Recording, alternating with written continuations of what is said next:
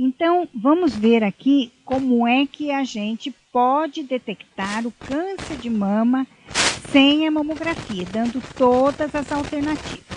Então, nós vamos analisar os métodos de rastreamento do câncer de mama que existem para substituir a mamografia. Pode ser que tenham outros que estejam surgindo por aí, mas que não estão ainda na prática. Prós e contras científicos e financeiros de cada método e considerações finais. Então, vamos repensar o rastreamento mamográfico do câncer de mama, né? Fazendo um resumo de tudo que nós falamos até agora.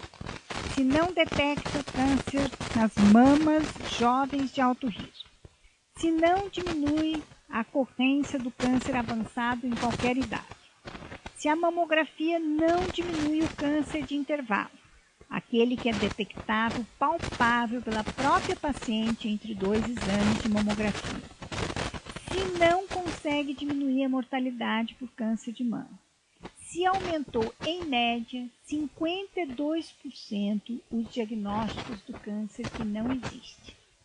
Erro diagnóstico. 1 em cada 3 cânceres hoje são erros diagnósticos na mamografia.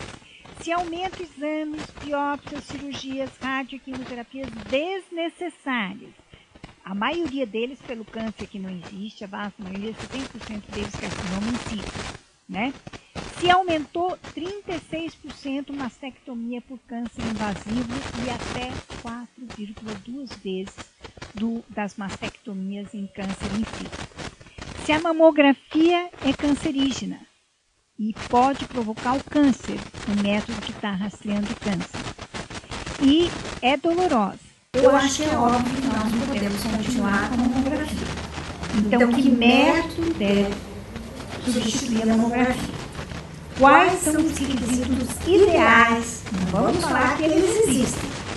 É que existe já, bem estabelecido em medicina, o que deveria ser o mínimo aceitável ou o máximo aceitável, desejável, no método de rastreio de câncer, do mama especificamente. Ele teria que ser capaz de detectar o tumor de 1 centímetro para menos. Está correto. Se o tumor tem menos de 1 centímetro, indica que ele não soltou raiz e ele tecnicamente é considerado curado.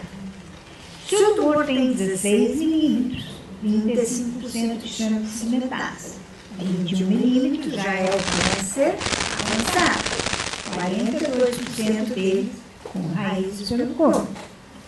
Ser inócuo, 100%, o método que rastreia o câncer não pode ajudar a provocar o câncer, de maneira nenhuma, porque ele tem que começar com 25 anos e a mulher vai ser seguida o resto da sua vida. Não pode ser cancerígeno, portanto. Não pode deixar contraste visual no rosto. Gente, até agora não falei uma palavra sobre isso, porque eu deixei aqui no fim, quando a gente ia botar os métodos de rastreamento, que será com efeito cumulativo. Tem que ser um método disponível, encontrável facilmente, em tudo quanto é canto, indolor, aceito pela paciente e com mínima dependência de quem está realizando o exame. Isso é o ideal. Vocês sabem que nem sempre o que é o ideal é o que a gente consegue na prática. Mas vamos ver agora o que existe. Primeiro existe a mamografia. Nós já falamos horrores contra elas, agora ela já está mais de pau de galinheiro. A palpação pelo médico e autoexame, ressonância magnética, termografia, ultrassonografia, Doppler, elastografia e o que se chama de método tríplice, que é a associação do ultrassom com Doppler e a elastografia. Então, vamos só um breve parênteses sobre a mamografia, já foi milhões de vezes comentado que poderia até ser abolido, mas eu quero fazer mais um parênteses, porque todo mundo, quando chega com esses dados, eles ficam mais uma vez o trouxa. E fala assim, ah, mas isso era na mamografia antiga. A mamografia digital é muito melhor, ela é muito mais precisa. Verdade ou mentira? Enganaram os trouxas mais uma vez, tá? Mentira! Não foi realizada nenhuma série que indique que a mamografia digital é melhor do que a convencional. E pior, tem fortíssimas evidências de que ela vai aumentar os falsos positivos, o diagnóstico que não existe, porque ela consegue ver bem melhor as microcalcificações. E isso aumenta a chance de você diagnosticar o câncer in situ, que é cheio de microcalcificações e que não deveria ser diagnosticado nesta fase, pelo menos. Então, é a principal causa de falso positivo e mais diagnósticos excessivos nós vamos ter. E mais biópsias e cirurgias desnecessárias, e já existe alguns relatos incipientes na literatura que eu vi, inclusive nesse meu último congresso, comentado nas aulas de mama, de que ela está aumentando os falsos positivos, que ela não é melhor do que a mamografia convencional. Então, cuidado, eu estou deixando esse último alerta para vocês não serem tapeados. O autoexame de mama. O autoexame não é um exame simples e fácil para um leigo fazer. Ele implica que o indivíduo tem que ter conhecimento de anatomia, patologia, tem que saber como que é o tecido fibroglandular, as diferenças, as densidades nos parênquimas, tem muitas dificuldades técnicas na sua realização. E a mulher fica responsável pelo diagnóstico do seu próprio câncer. A gente não pode passar essa responsabilidade para ela. Não dá para fazer isso. Realmente não dá, certo? A mulher não aprendeu anatomia e patologia da mama, não tem condição de se responsabilizar. E a culpa se ela não detectar? Como fica? Tá entendendo? É muito fácil para um governo passar essa responsabilidade para a mulher e lavar as mãos, né? A Cochrane, mais uma vez, analisou como foi o resultado do autoexame. Alguém tem uma ideia como isso terminou? Aqueles que eles foram considerados aceitáveis, que tinham boa metodologia, quantidade boa de pacientes e foram considerados dentro dos padrões técnicos deles. Em primeiro lugar, não diminuiu a mortalidade, então não teve efeito nenhum. Mas, em consequência, aumentou a morbidade, porque aumentou as biópsias desnecessárias, porque deu muito... A mulher, qualquer coisinha que sente, não, tem que tirar isso daqui. Não, mas eu estou sentindo esse negócio, tem que tirar aquilo. Tá entendendo? Virou neura. Né? Termografia. O que é a termografia? Mede a temperatura das mamas com as imagens em infravermelho. Então, o câncer tem muito vaso. Então, ele gera um aumento do calor. Aqui uma área sem câncer, essa é uma área com câncer cheia de vasos. Né? Aqui é mais calor, aqui mais frio. E essas regiões estão frias, teoricamente, sem nenhum tumor. Quanto mais vascularizada for a região mais vermelha, mais suspeito de câncer. Parece bom, né? Só que nós temos muitos casos de câncer de mulher que não são com tantos vasos assim e vão passar despercebidos. E temos também muitos casos, por exemplo, uma mastite, uma hiperplasia ductal, uma adenose, tudo isso são patologias benignas que geram um aumento de calor, mais vascularização e dão falsos positivos. Então, ele é um exame que dá muito erro diagnóstico, tanto dizendo a mais que tem, que não tem, como também de menos. Então, se ele for feito sem ter uma ultrassonografia para checar aquele resultado, ele não é confiável. Agora, gente, a ressonância é o exame que eles vão tentar empurrar vocês se vocês falarem que não querem fazer a mamografia. Só que ela é perigosa. Veja aqui. Ele tem bastante sensibilidade, mas ele dá também muitos falsos positivos. Mas o grande detalhe é que se você fizer a ressonância sem o contraste, ela não vale um tostão furado. Na mama, nem adianta fazer. É só vocês irem lá, passar pela claustrofobia de entrar naquele aparelho, caro, pouco acessível, tem muitos convênios que não dão, né? E o grande problema se chama gato-li, que ele é perigoso e tóxico, que é uma descoberta antiga, que já gerou 2 alertas do FDA, uma de 2006 e uma de 2010. Mas o que não se sabia é que ele não é totalmente eliminado do nosso organismo. Então, olha aqui o que é indispensável vocês saberem sobre o gadolínio. Ele tem muitas reações adversas conhecidas de muitos anos. Enjoos, vômitos, pruridos, eritemas, erupções cutâneas. O rim para de funcionar na hora do contraste, não em todos os pacientes, um certo percentual. Da falta de ar, batedeira, que é a decorrência da arritmia, o paciente de repente descontrola os batimentos do coração. E se o paciente, preste bem atenção, estiver injetando gadolínio e tiver uma parada cardíaca, chegou a hora dele. Ninguém ressuscita. Ninguém ressuscita uma parada cardíaca do gadolínio. E até hoje isso não tem explicação. Ninguém sabe o porquê. Sabemos apenas que hipertrofia cardíaca é mais comum, mas não sabemos porquê.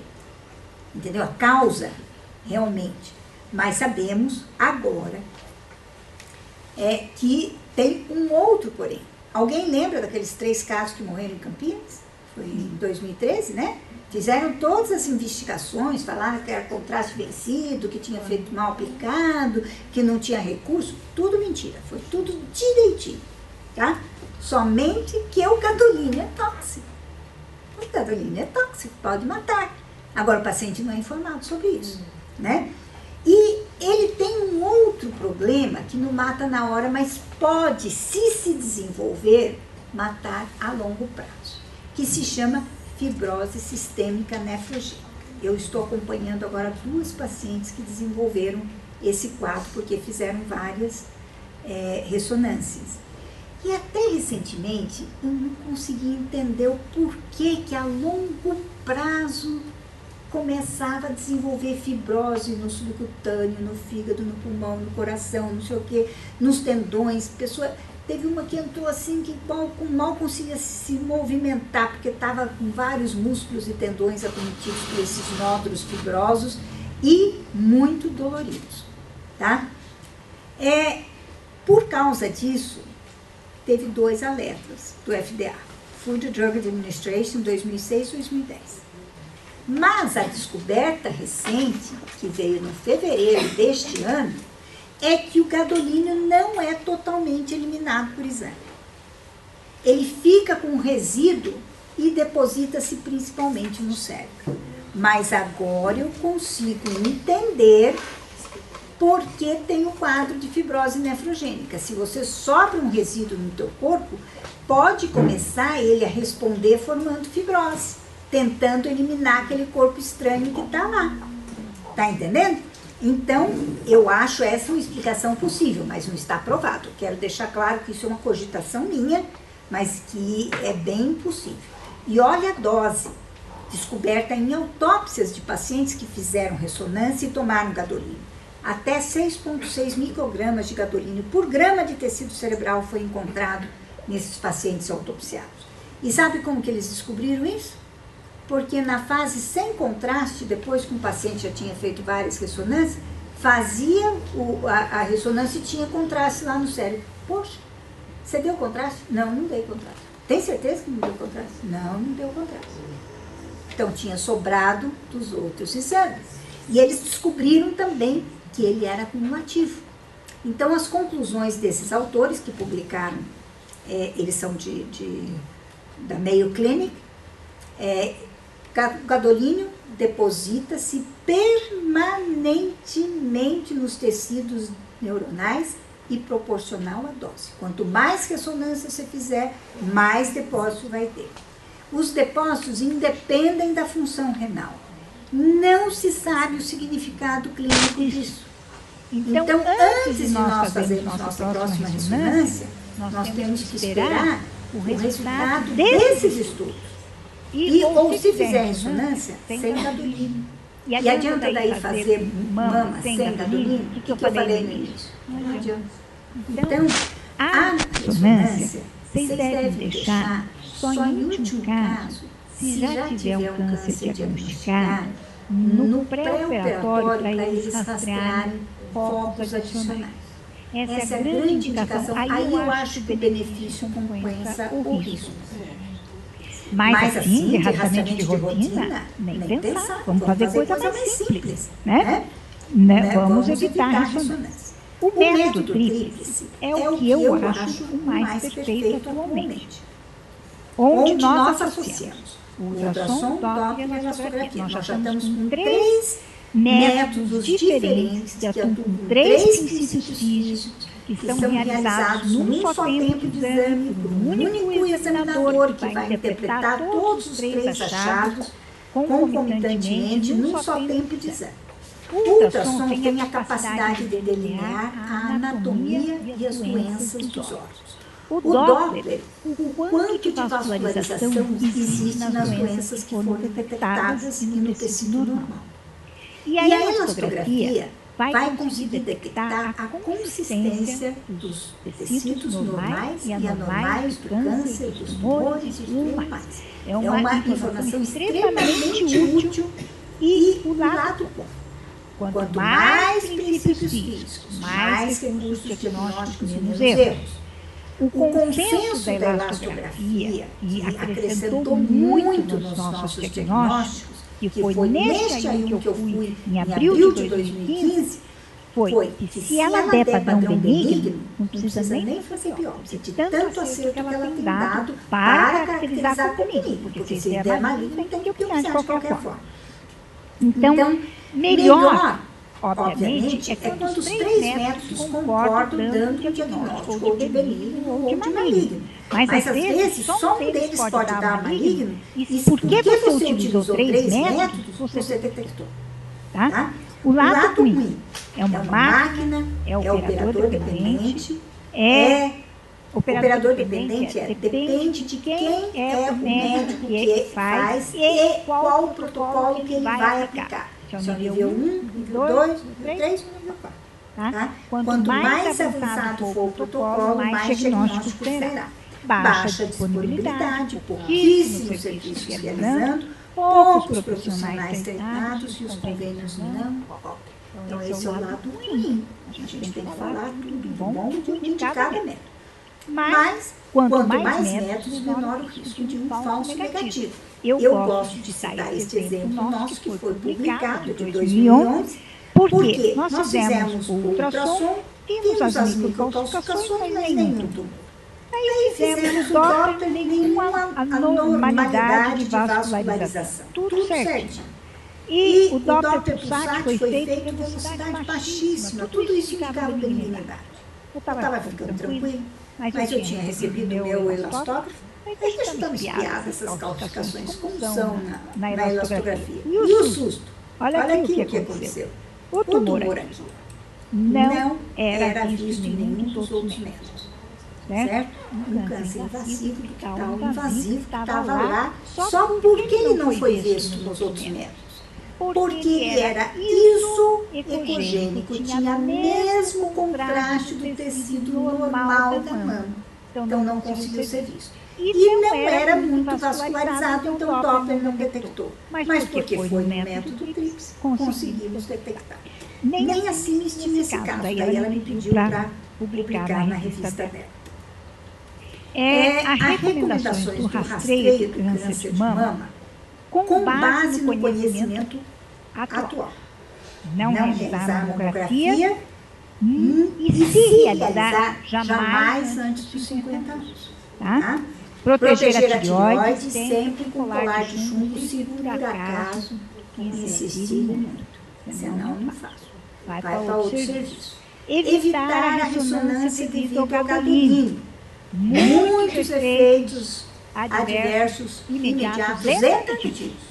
Se for para a cirurgia do câncer já detectado, eu acho que é aceitável. Bem aceitável.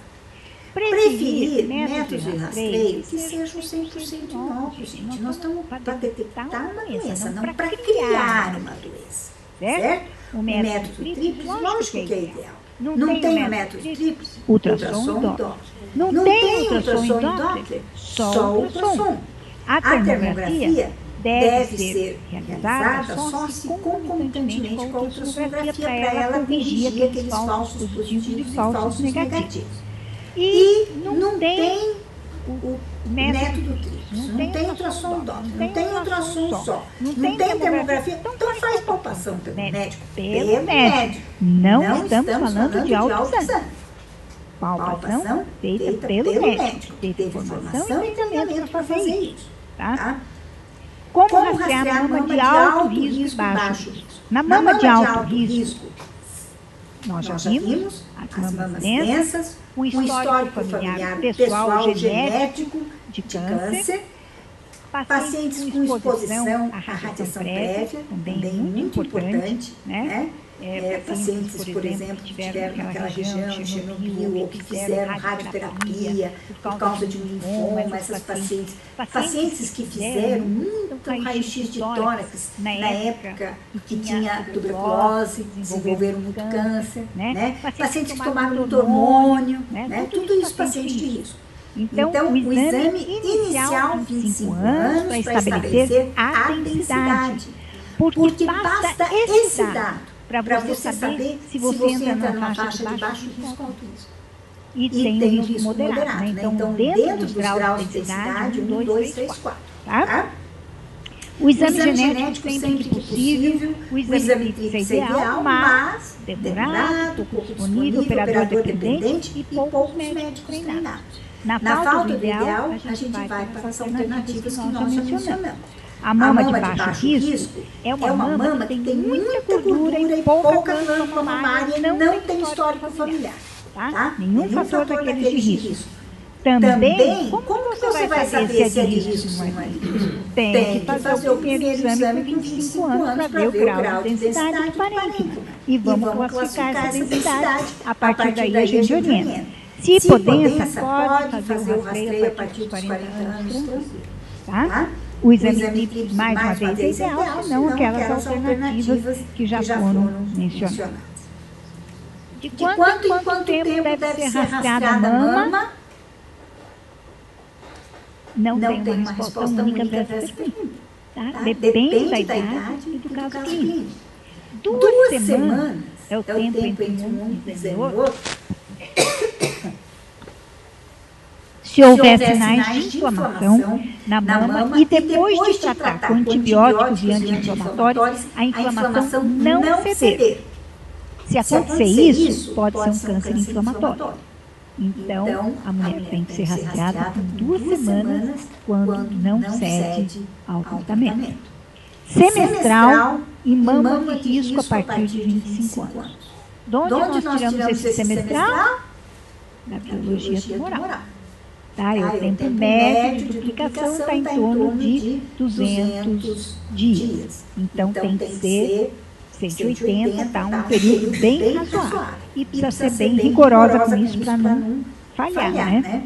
Mama densa, quanto mais densa, mais cuidado. Câncer familiar de primeiro grau. O câncer genético, que é aquele que a Angelita Jolie teve, né? BRCA1, BRCA2. O AT, que é a ataxia telangiectasia. E aqui eu vou falar mais uma coisinha contra a mamografia que eu não tinha falado antes. Vocês sabiam que quem tem câncer genético, a mamografia é proibidíssima? Que antes de fazer uma mamografia, a mulher deveria fazer rastreamento se ela tem ou não a mutação. Porque se ela tiver a mutação, aumenta de 4 a 5 vezes o risco dela vir a desenvolver o câncer de mama antes dos 40 anos. É brutal o aumento, é proibitivo. Tá? Então, é mais uma coisa que não pode ser feita. Porque quando a mulher já chegou aos 50 anos, 55 anos, quando inicia a mamografia, a vasta maioria dos cânceres genéticos já se manifestaram. Tá? Agora, se você faz antes desse período, você não sabe quantos daquela população tem esse câncer. E você piora muito o risco dessa paciente se você fizer a mamografia. E aqui no Brasil, a Sociedade de Mastologia indica a mamografia a partir dos 40 anos. Eu quero morrer de catapora, gente. Porque não é possível tanta ignorância. Tá? Porque isso é ignorância. Né? Os casos menos agressivos podem ser feitos anualmente, de baixo risco, acima dos 40 anos, não precisa ser feito semestralmente. E a gente sabe isso muito quando a gente deu parênquima mamária. o Dr. Birnholz, que foi meu professor nos Estados Unidos, ele é um grande expert em ultrassonografia, ele fala não tem necessidade da mamografia para definir se a mama é densa ou não. Eu com ultrassom eu vejo super bem, camada por camada, pele, tecido adiposo, tecido glandular, quantidade de parênquima, dá perfeitamente para classificar pelo ultrassom de uma forma inócua sem a gente estar correndo risco. O que nós esperamos de vocês, mulheres, que saibam a ineficácia e malefícios da mamografia. Quem quiser continuar fazendo mamografia, faça. Mas agora, pelo menos, com conhecimento de causa. Todo mundo aqui sabe. Né? A decisão é sempre pessoal. Ninguém obriga ninguém a fazer dessa forma. Mas não sejam vítimas de oportunismo financeiro e político, que é, na minha opinião, que está induzindo tanta mamografia no nosso país. Os que lucram com o negócio da mamografia não são bons conselheiros. Então, aquela pergunta que vocês devem fazer quando o médico começa a malhar as informações que vocês receberam aqui e induzindo a fazerem a mamografia é: o senhor tem um imóvel no seu consultório? Pode ser que a resposta seja não, e ela não seja totalmente isenta. Porque existe ainda uma forma indireta de você fazer o protocolo bancário, tá? Ganhar indiretamente de mamógrafos que vocês não têm. Isso nem eu, nem ninguém sabe. Só Deus, tá? Mas só estou avisando que existe também esse risco. O protocolo bancário cedo está induzido. Eu aqui não tenho mamógrafo. Não vou lucrar e nem deixar de lucrar nadinha com a mamografia que vocês façam ou que vocês não façam. O que eu acho é que tem que ser correta a informação. Não adianta mentir. Nem comigo, nem com os outros. Certo? Isso daqui foi uma grande mentira. Que ativamente cada um esclareça outras mulheres sobre a ineficácia dos malefícios da mamografia. Por favor, assine o abaixo eletrônico, assinado eletrônico que está no e-mail que eu enviei para vocês. E peçam para outras mulheres, amigas, pessoas, né? Esse movimento vai começar pequeno, mas eu tenho certeza, ela é uma corrente de bem, vai pegar. Tá? Então, a gente tem que fazer essa campanha de nós mesmos, não tem jeito, né? Esperamos que cada uma de vocês sejam tão solidárias como foi a Reza Thornton na Inglaterra, mas que ela teve que passar pela experiência pessoal muito ruim para daí fazer.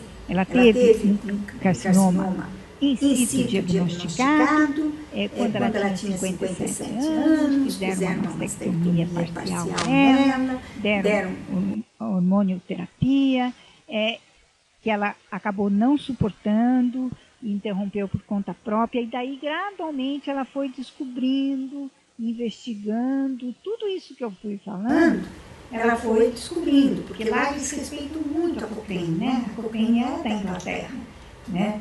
Nasceu lá, agora é do mundo todo, mas ela nasceu lá. E ela faz uma campanha muito ativa contra o rastreio da mamografia, e são suas palavras: aqueles que apresentam evidências mentirosas para apoiar seus pontos de vista acabarão desacreditados.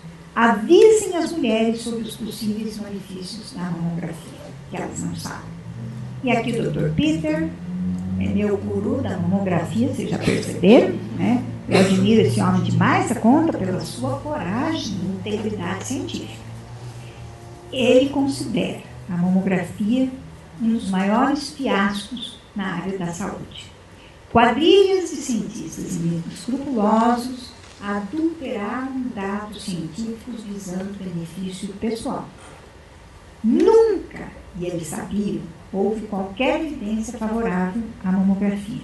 E sempre houveram evidências de que a mamografia causava malefícios que foram propositalmente ocultadas das mulheres. Eu não perdoo isso. Não é a primeira vez que nós somos vítimas da ciência inescrupulosa. Quem aqui sabe que durante 100 anos fizeram a cirurgia de Hausted, que tirava mama dos peitorais todos os linfonodos axilares, mutilava horrivelmente a mulher, deixava ela pura costela, entendeu? Sem ter feito uma prova de que aquilo reduzia a mortalidade da mama, do câncer de mama, em relação a uma cirurgia muito mais simples, nodulectomia. Demorou 100 anos. E daí um indivíduo, também americano, resolveu enfrentar um deus, que era o Halsted, na mente de muitos médicos, e começou a fazer cirurgias mais conservadoras de mama, com resultados até melhores, porque as mulheres menos traumatizadas diminuíam menos a sua imunidade e respondiam melhor ao tratamento de câncer. Mais uma vez, a mulher está sendo vítima de ciência inescrupulosa. A revisão da Cochrane de 2013 e a recomendação do Conselho Médico Suíço para abolir a mamografia confirmou as pesquisas contra a mamografia a favor das mulheres. Se Dr. Kurtz não existisse, ele teria que ser inventado. Vocês concordam? Não tem outro. Nós temos que inventar esse homem, porque ele está salvando muita mama de muita mulher à medida que elas têm acesso à informação. Resta agora as mulheres se unirem e vamos divulgar esses fatos e diminuir a mamografia. E pedimos a abolição da mamografia no Brasil, seguindo o exemplo da Suíça e de outros países que já estão no processo de solicitação da abolição. E tudo resultado de movimentos femininos. Tá? O Conselho Médico Suíço disse que tiveram que fazer a divulgação, principalmente a campanha, diretamente para as mulheres. Tá ok?